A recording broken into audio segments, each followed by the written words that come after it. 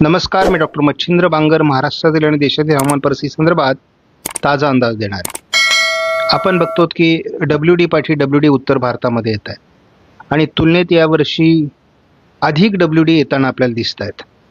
शिवाय आखाती देशांमध्ये मोठ्या प्रमाणात हिमवादळं आणि बर्फवृष्टी होते. उत्तर भारतातील जम्मू काश्मीर, लेह लडाख, उत्तराखंड आणि हिमाचल प्रदेशमध्ये देखील हिमवृष्टी होते. त्यामुळे एकूणच वातावरण या वर्षीचं वेगळं आहे. शिवाय आपण बघतो की आता थोडी ढगाळ परिस्थिती राजस्थानमध्ये, दिल्लीमध्ये, पंजाबमध्ये झाली आहे. तर याच्यातून सुद्धा हलकी गारपीट त्या ठिकाणी होऊ शकते. अंदमान निकोबार बेटांच्या दरम्यान, म्हणजे मी या ठिकाणची बाब करतोय, त्या ठिकाणी देखील हलके कमी दाब निर्माण होत आहेत.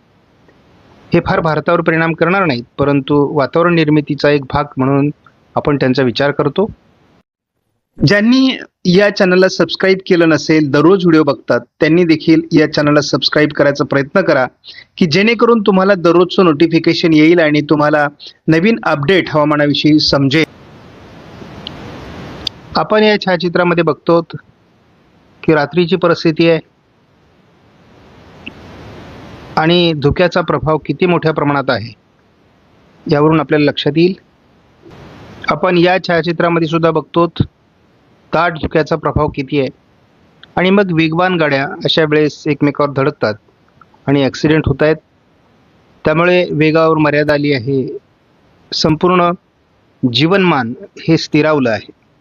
धुक्या संदर्भातील हे सर्व प्रातिनिधिक अशा प्रकारचे छायाचित्र आहेत की किती प्रमाणात धुके या भागामध्ये तयार झालेले आहे आणि जनजीवन त्यामुळे पूर्णतः विस्कळीत झाले.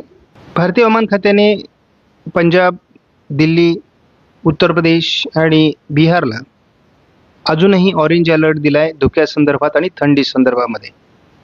तर इतरही मध्य प्रदेश, छत्तीसगड आणि हिमाचल प्रदेश या राज्यांना देखील थंडीचा आणि धुक्याचा अलर्ट आहे, येलो अलर्ट देण्यात आला आहे.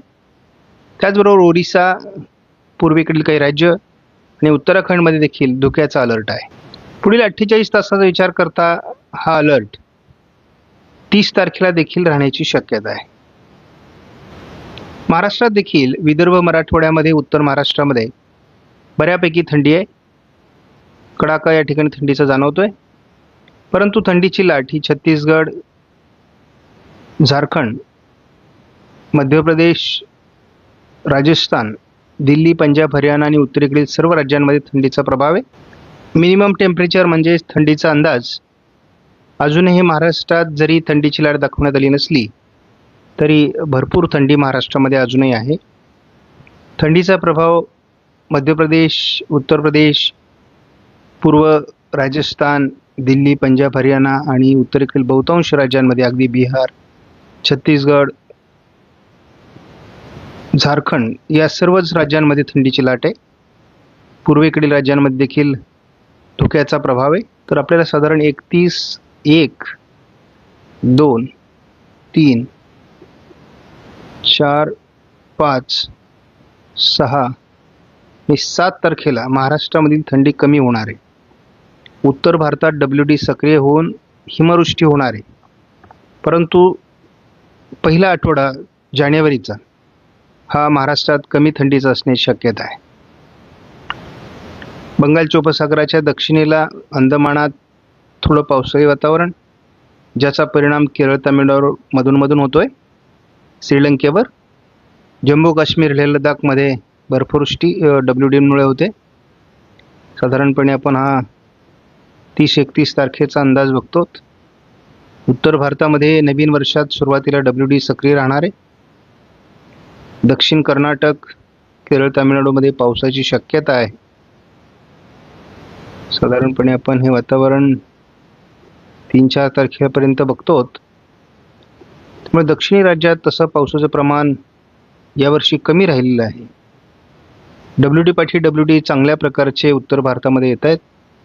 त्यामुळे यावर्षी WDचं प्रमाण उत्तर भारतात अधिक असल्याचं जाणवतंय. जानेवारीमध्ये महाराष्ट्रामध्ये काय परिस्थिती निर्माण होऊ शकते याविषयी आपण तर्कवितर्क लावत असलो तरी देखील अचानकपणे एखादा WD सक्रिय झाला तर तो ढगाळ वातावरण निर्माण करू शकतो. पावसाची फार शक्यता कमी आहे, परंतु आपण बघतो राजस्थान, उत्तर प्रदेश, पंजाब, दिल्ली, हिमाचल प्रदेश या भागामध्ये मात्र पावसाची शक्यता आहे. उत्तरेकडील राज्यांमध्ये तर WDचा प्रभाव आहेच.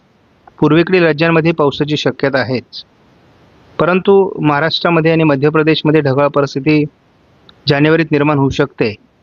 हा अंदाज देखील लक्षात घेणं आवश्यक आहे.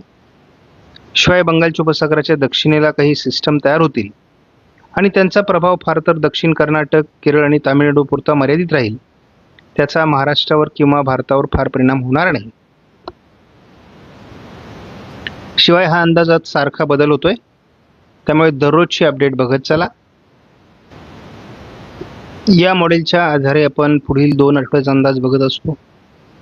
बंगालच्या उपसागरामध्ये एक ताकदवर अशा प्रकारची सिस्टम विकसित होऊ शकते असा अंदाज बळावतोय. मात्र हे वातावरण भारताच्या विरुद्ध दिशेने म्यानमारच्या बाजूने सरकण्याची शक्यता आहे, त्यामुळे त्याचा तसा भारतीय हवामानावर फार परिणाम होणार नाही. जानेवारीसाठी तसं फार पावसाळी वातावरण महाराष्ट्रात निर्माण होईल असा काही मॉडेलने अजून अंदाज दिलेला नाही आहे. मात्र फेब्रुवारीपासून वातावरणात बदल व्हायला सुरुवात होईल. मार्च, एप्रिल, मे हे वातावरण बदलणार आहे. मेचा अंदाज आपल्यासाठी महत्त्वाचा आहे आणि एप्रिलचाही अंदाज महत्त्वाचा आहे, कारण या दोन्ही महिन्यामध्ये मान्सून पूर्व पावसाचा प्रभाव निर्माण होण्याची शक्यता आहे. या मॉडेलच्या माध्यमातून आपण धावता अंदाज घेत असतो ECMW मॉडेलचा, जेणेकरून आपल्याला नेमकी हवामानात काय बदल होतो ते कळणार आहे. मैदानी भागाकडे WD सरकतील हा जो आपला अंदाज आहे तो या ठिकाणी जानेवारीत थोडा सक्रिय होण्याची शक्यता आहे, परंतु महाराष्ट्रामध्ये त्याचा किती परिणाम होतो हे आपल्याला बघावं लागेल. कारण सध्या तरी ढगाळ वातावरणाचा प्रभाव महाराष्ट्रापर्यंत तयार होतोय असं दिसतंय जानेवारीमध्ये, आणि ते पण पहिल्या आठवड्यातच. त्यामुळे आपल्याला पहिल्या दुसरा आठवडा जानेवारीचा पावसाळी ठरतो का यावर सुद्धा लक्ष केंद्रित करावं लागणार आहे. की गोंदियामध्ये 10° थंडी आहे, परंतु थंडीत बऱ्याच ठिकाणी चढउतार आहे. जवळपास 15° ते 10° दरम्यान आहे. काही ठिकाणी स्थानिक स्वरूपात ती 10°च्या खाली देखील थंडी आहे. त्यामुळे थंडीचं प्रमाण हे असमान अशा प्रकारचं वितरण आहे आणि थंडीचा कडाका मात्र बऱ्याच भागात आहे. मात्र पुढे जाऊन ही थंडी 31 तारखेनंतर कमी होण्याची शक्यता आहे. आणि त्याचं नेमकं काय कारण आहे, म्हणजे मला असं वाटतं की ढगाळ परिस्थिती महाराष्ट्रात निर्माण होईल, त्यामुळे थंडीचं प्रमाण कमी होईल. कारण हे एकमेव कारण थंडी कमी होण्यासाठी असतं.